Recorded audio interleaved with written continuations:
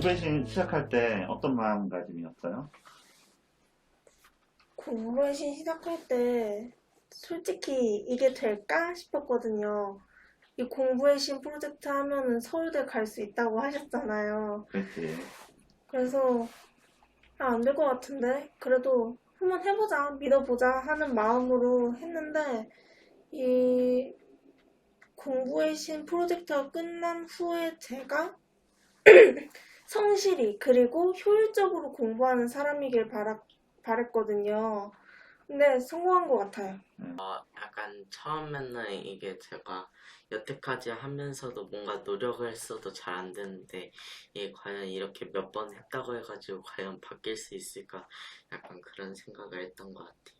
저는 아무래도 올해 처음 학교 시험을 보다 보니까 이제 긴장도 많이 되고 보통 이제 공부 잘하는 사람들 유튜브 같은 걸 보면은 다 자기만의 노하우가 있는데 저도 그런 게 필요할 것 같은데 그런 거 어디서 배워야 될지 몰라가지고 좀 걱정도 많이 되고 긴장도 많이 했는데 공부의 신에서 그런 걸 많이 배워가지고 많이 안심이 됐던 것 같아요.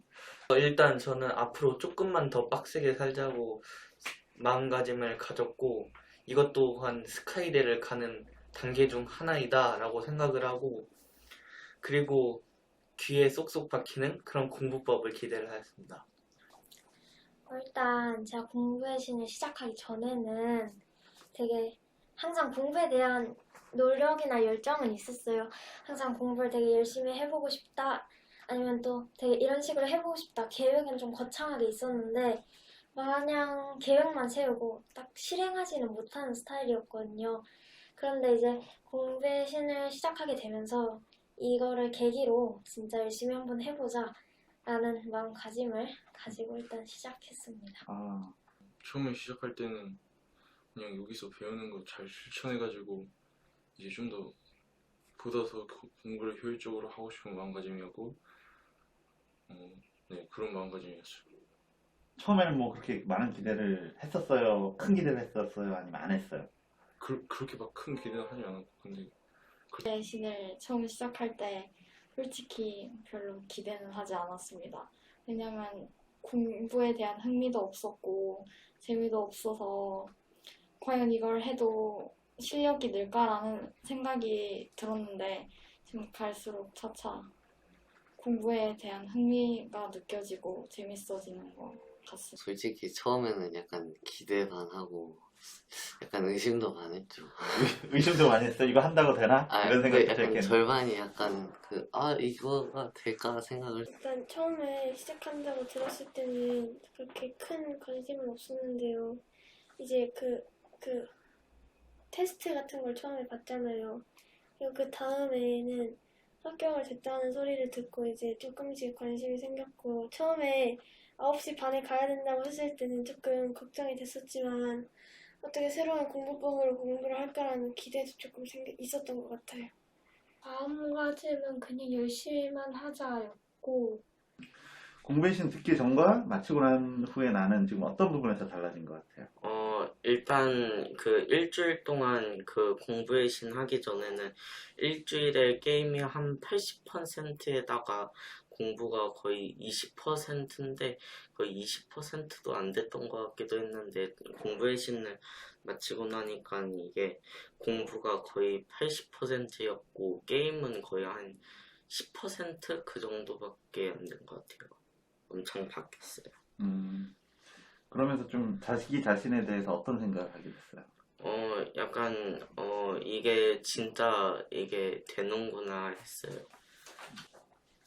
좀 게으르고 의지박약했던 제가 성실히 그리고 효율적으로 공부하는 사람으로 변화했습니다. 저는 공부의 신을 듣기 전에는 아무래도 중학교에 처음 올라가서 되게 겁도 많이 나고 되게 많이 예민해졌었는데 공부의 신을 듣고 나서 다른 사람들이 잘 모르는 약간 그런 특별한 거를 한다는 생각이 들어서 그게 조금 이제 제 긴장감이나 그런 걸 조금 완화시켜줬던 것 같아요. 아직까지는 이 모든 공부법을 습관으로 만들지는 못했지만 그래도 시도해본 것은 제가 키워드 정리로 필기하고 메모하기를 한번 실천해 봤었는데 그래도 예전에는 아예 공부를 하지 않았는데 그래도 이번엔 노력이라도 한 것 같아서 그 점이 많이 예전보다는 달라진 것 같습니다. 근데 이거는 진짜로 제가 계획을 세우고 실행하는 법을 좀 배운 것 같아요. 계획을 이제 조금 더 구체적으로 세울 수 있게 되었고, 그리고 또 그 구체적인 계획을 어느 정도 실현할 수 있게 된 것 같아요. 공부신 하기 전에는 아무리 공부량이 많다 해도 좀 그 공부를 효율적으로 하지 못했었는데 이제 공부신 하고 나니까 좀 더 계획도 잘 짜지는 것 같고 더 시간 대비 효율적으로 공부를 잘 할 수 있게 된 것 같아요. 처음에는 진짜 내가 공부랑 인연이 없는 것 같다고 생각을 했고 별로 공부가 재밌지 않았는데 지금 공부법을 배우고 나서 내가 공부에 대한 흥미가 생기고 여러 공부에 대한 매력을 느낀 것 같습니다. 제가 공부의 신 듣기 전에는 진짜 공부를 안 했는데 했다 해도 그냥 학원 숙제 정도밖에 안 했고 영어랑 수학밖에 안 했었는데 이제 이거를 하면서 다른 과목에도 조금씩 접해보고 나 혼자 이렇게 문제집도 풀어보고 이제 원하는 책도 사가지고 읽어보고 하면서 조금 이제 공부에 약간 관심이 생긴 것 같긴 해요. 뭐 약간 그 옛날에는 집중할 때는 하고 안 할 때는 안 해가지고 약간 편차가 너무 심했단 말이에요. 숙제를 할 때도 그렇고 시험 볼 때도 그렇고. 근데 이제 계획표 세워서 하니까 계속 더 열심히 하게 되는 것 같아요. 공부신 하면서 의심이 반이라고 했는데 네. 의심이 돼요? 지금은 의심 안 하죠. 지금 의심 안 해요? 네. 예전에는 공부를 열심히 하자라는 의지는 있었는데 책상에 앉으면 막상 뭘 해야 될지 몰랐거든요. 어떻게 해야 될지도 모르고. 근데 공부법을 아니까 이제 무엇을 어떻게 하면 되고 지금 내가 뭘 할 시간이구나 하는 걸 확실히 알게 된 것 같아요. 가장 성공적으로 도움받은 것들은 어떤 것들이 있을까요? 한 3가지만 얘기해 보세요. 일단은 키워드로 메모하는 거랑 발표 방법 알려주신 건데요. 학교에서 수행평가로 논술형 수행평가를 주시거나 아니면 발표해봐라 하고 시키시는 선생님들도 많이 계셨는데 이게 상당히 도움이 되었던 것 같아요. 그리고 2번째는 단어 공부법이요. 이거는 제가 솔직히 좀 놀랐던 건데 이 공부법을 계속 하다 보니까 제가 3주 전에 외웠던 단어를 아직도 기억하고 있는 거예요. 확실히 효과를 본 공부법 중 하나여서 이거는 앞으로도 지속적으로 많이 쓸 예정인 것 같습니다. 예전에는 한 달 지나면 다 까먹었었어요? 네, 솔직히 그랬어요. 그 학원 문 딱 열고 나가면은 다 사라지고. 근데 계속 그렇게 장기로 하니까 신기하죠? 네, 진짜 신기했어요. 네. 그리고 나머지 한 개는 그 대학 입시 세미나로 설명해 주신 건데요. 이제 중학생이라고 하더라도 대학 입시에 대해서는 알고 있는 게 좋다 보니까 이렇게 정보를 많이 주신 거에 대해서 제가 이 현재의 대학 입시의 구조에 대해서 잘 알게 되었고 제 공부 위치를 다시 한번 확인할 수 있어서 새롭게 의지를 다질 수 있었던 것 같아요. 주간계획표랑 공부일기 하는 거, 그리고 그 수학 오답노트 쓰는 법이랑 장기 단어 암기하는 거요. 그리고 그 이유는 주간계획표를 하다 보면 처음에는 이게 약간 지키려고 억지로라도 하게 했었는데 이게 점점 하니까 약간 이게 익숙해지면서 이게 공부를 할 수 있게끔 해주는 그런 게 됐고, 그리고 제가 수학을 좋아하는데 수학하다 보면 오답노트 생겨서 그 방식으로 했었는데 이게 틀린 이유를 쓰게 되니까 나중에 뭐 시험 보기 전에 제가 틀렸던 것들 보면서 저기 하면 되는데 옛날에는 그냥 틀렸으면 내가 그냥 뭐 이렇게 틀렸구나 하고선 넘어갔었는데 그렇게 보게 되니까 내가 이런 점에서 이렇게 해가지고 틀렸구나 해가지고 이제 만약에 비슷한 문제 나와도 그런 실수를 안 하게 되는 것 같았고, 그 단어 암기법을 하게 되니까 그냥 처음에 제가 하던 방식은 그냥 주구장창 외우고 그래가지고서는 시험 보고 나면 다 까먹었는데 그렇게 하게 되니까 그때는 또 약간 별로 연습 안 해도 그거 보고선도 많이 도움이 됐어요. 저 그 주간 계획표랑 공부일기 쓴 게 많이 도움이 됐는데 그 주간 계획표는 조금 이제 세세적인 이제 계획이나 약간 이번 주에 얼마 정도 공부할 수 있는지 그런 거를 알 수 있어서 좋았고 공부일기는 이제 밤에 쓰면서 이제 오늘 하루는 어떻게 보냈는지 되돌아볼 수 있는 시간이 돼서 좋았어요. 그리고 두 번째는 그 수학 오답노트랑 문제집 3번 푸는 방법 알려주는 게 좋았는데요. 이제 보통 학원에서도 수학 오답노트를 하는데 거의 그냥 풀이 방식을 그대로 적는 거였는데 좀 더 효율적인 오답노트 방식을 알려주셔서 그걸 나중에 다시 읽어봤는데 그 학원 걸 다시 읽은 것보다 이해가 잘 되더라고요. 그래가지고 좋았고요. 그 문제집 3번 푸는 거는 되게 3번 풀면 엄청 오랜 시간이 걸릴 것 같아서 조금 이제 안 좋지 않을까 이렇게 생각했는데 생각보다 방법이 쉬워가지고 좋았어요. 여기 놀랐다고 그때 아까 전에 얘기했는데 뭐 놀랄 정도로 놀랐어요? 괜찮아서 놀랐어요? 그리고 세 번째는 네, 학생부가 조금 왜냐면 선생님들이 아무래도 이제 1학년 때부터 살짝 되게 많이 부담스러워서 질문을 잘 못했는데 그게 조금 이제 질문해야 된다는 거를 좀 더 많이 느꼈던 것 같아요. 일단 첫 번째로 계획표를 짜고 공부일기를 쓰는 건데 전에는 제가 검사해주는 사람이 없어서 의지력이 아직은 부족해가지고 계획표를 잘 지키지 않았었는데 이번에 공부일기를 통해서 맨날 올려야 되니까 그나마 예전보다는 많이 지키게 되는 것 같습니다. 그리고 두 번째로 이제 발표학인데 옛날에는 발표 거릴 때 버벅거렸거든요.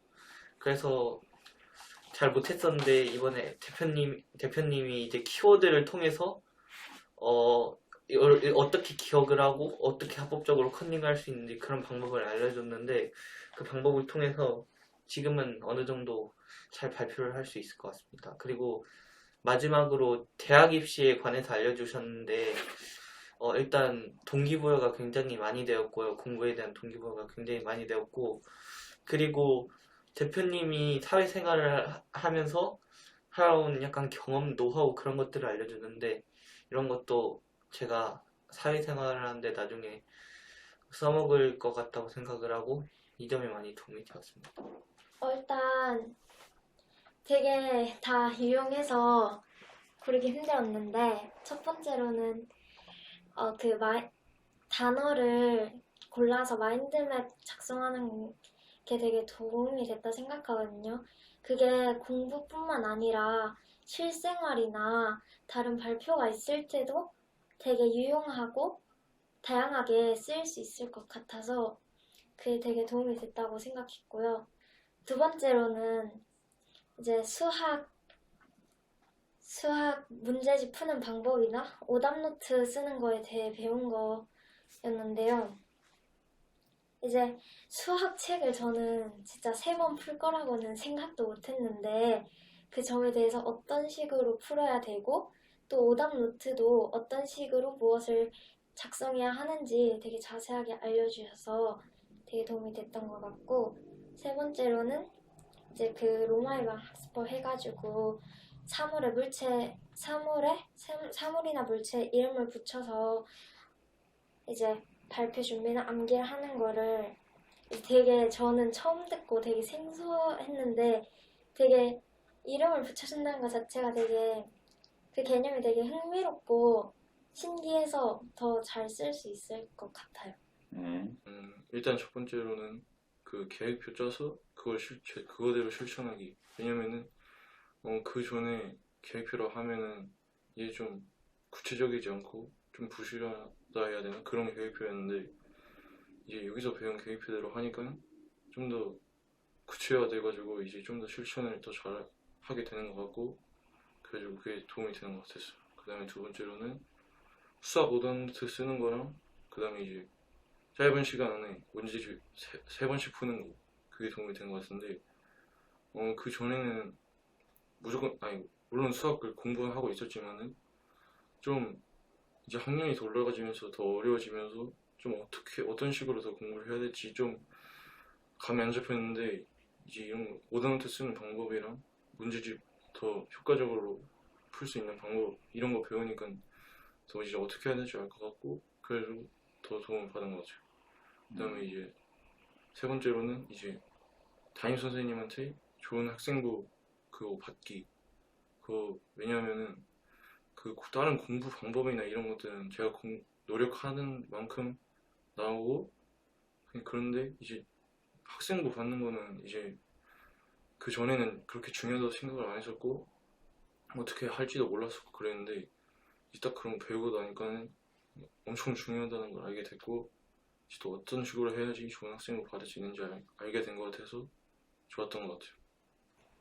가장 도움을 받은 공부법은 첫 번째로 그 계획표 세우기인데, 원래 계획표는 여름방학이나 겨울방학 때, 초등학생 때 그때만 계획표를 재미삼아서 세우고, 중학교 때는 계획표를 세우지 않았는데, 계획표를 세워서 거기 스케줄에 딱딱 맞춰서 하는 게 처음에는 적응이 되지 않고 완전 힘들었었는데, 지금은 이제 적응이 되니까 그 계획표에 맞춰 생활하지 않게 되면 뭔가 허전한 느낌이 들고, 두 번째는 수학 오답노트입니다. 수학 오답노트는 학원에서 짜여진 틀이나 여러 오답노트를 줘가지고 오답노트를 작성을 했는데, 근데 지금은 이 수학 오답노트 하는 방법을 배우고 나서 지금은 내가 무엇을 틀렸고 어떻게 풀이 과정을 할지 알게 되었습니다. 세 번째는 발표하는 방법인데, 처음에 발표할 때는 목소리 크게 내고 요약 정리를 해서 하는 것까지만 알았는데, 지금은 키워드 암기법을 알아가지고 더 쉽게 발표가 되는 것 같습니다. 그 주간 계획표랑 공부일기는 일단 공부를 처음 시작할 때 어떻게 해야 될지를 잘 모르겠었던 적이 많은데, 이제 그거를 세우면서 차차 공부를 시작을 하게 되고, 이제 그거 없이도 이제 어떻게 세워야 될지를 조금씩은 알게 되는 것 같고요. 일단 그리고 공부일기는 이제 하기를 싫어도 다 언니 친구들이 다 올리니까 일단 해야 되는 그런 느낌도 조금씩 생겼던 것 같고, 그리고 이제 어느 날엔 내가 공부를 많이 했고 어느 날엔 공부를 안 했다라는 걸 파악을 할 수 있어서 좋았던 것 같아요. 그리고 키워드를 메모해서 이제 필기를 하는 거는 제가 원래 필기하는 걸 되게 좋아하는데, 이제 나만의 필기법을 못 찾아가지고 이제 그냥 항상 받아 적고 해가지고 이제 말하시는 거를 놓쳐서 필기를 놓칠 때도 있고 그랬는데, 이제 키워드로 메모를 하니까 선생님 말도 이제 잘 듣고 이제 놓칠 일도 많이 없고, 그리고 집에서 이제 자주 복습을 하면서 필기를 하다 보니까 조금 더 이해가 잘 됐던 것 같아요. 그리고 이제 암기하는 법이랑 발표하는 법 그리고 이해하는 법은 일단 키워드 암기법도 되게 인상이 깊었고요. 그리고 제가 원래 암기나 발표 같은 걸 할 때는 나가서 하면은 좀 우리가 하얘지는 그런 느낌이 많이 들고 좀 긴장을 하는데, 키워드 암기법으로 암기를 해보니까 조금 긴장감이 조금 줄어들었고, 이제 머리가 하얘지는 현상이 조금은 줄어들었던 것 같아요. 그리고 이제 저번에 알려주셨던 깡통조리가 똥까 아가 아직까지도 기억이 잘 남아가지고. 계양기 얘기하는 거야? 역사? 네. 그거 아직도 기억해요? 네. 그래요. 일단 계획표 짜는 게 가장 도움 많이 됐던 것 같아요. 네, 세 가지 좀 얘기해봐요. 그리고 이유도. 일단 계획표 짜는 거는 원래 제가 약간 시간을 좀 낭비하는 스타일인데, 계획표를 세워서 하니까 시간을 실용성 있게 사용하게 됐어요. 그러고 나서 마인드맵 짜기는 키워드를 골라놓고 정리를 안 했거든요, 원래는.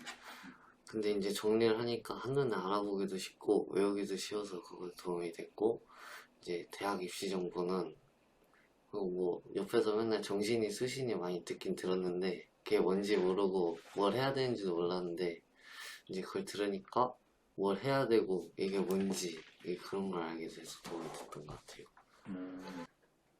꿀팁은 맨 처음에 공부 계획표 짜는 거랑 공부 일기.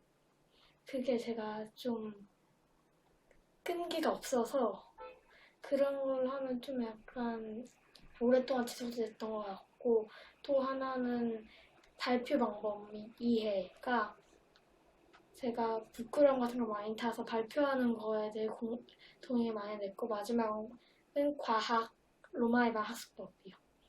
제가 과학 쪽이 약했는데 이 학습법을 하면서 되게 시간이 많이 단축됐어요. 얼마나 많이 단축됐어요? 제가 과학 하는데 보통 외우는 데만 2시간 정도 걸리는 것 같은데 이걸 하면 한 30분밖에 안 걸리는 것 같아요. 네, 혜린이는. 주변 친구들에 비교해서 이제 나는 공부의 신을 다 들었기 때문에 뭔가 좀 달라진 것 같은데, 이제 이길 자신이 있어요? 주변 친구들? 있습니다. 왜냐면은 공부의 신 프로젝트를 하면서 제가 주변 또래 친구들보다 공부법도 더 많이 알게 되었으니까 이제 그런 공부법들로 훈련을 좀 더 일찍 해온 것이니까 이길 수 있다고 생각합니다. 네, 이겨나갈 자신이 있을 것 같아요. 왜냐하면은 제가 공부의 신에서 하면서 배운 것들을 실천을 한 것들이 있어서 생활도 바뀌었고 그래가지고 왠지 딱 이길 수 있을 것 같아요.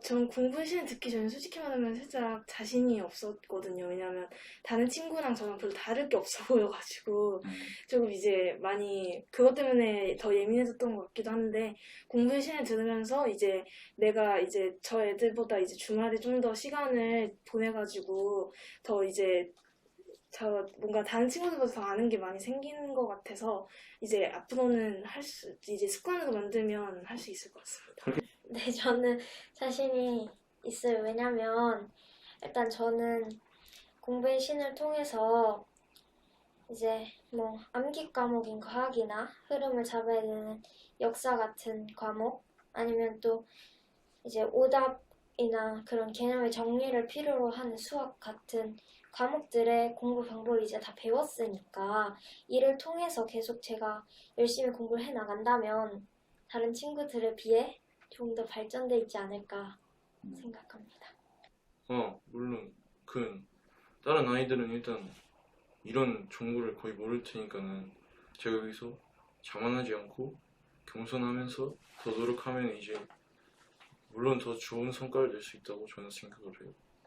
네, 이길 자신 있습니다. 아니, 근데 공부법을 배워서 노력을 엄청 열심히 해서 써야 되기 때문에 그런 거는 제 자신 의지에 담긴 것 같습니다. 열심히 노력하느냐에 따라. 이 공부법을 계속 실천을 한다면 충분히 앞서 나갈 수 있을 것 같아요. 네, 이길 자신이 있죠. 이길 자신 있어요? 네, 같이 영어 공부법 들은 친구 제외한 나머지 애들은 제가 앞서 나갈 자신은 있어요.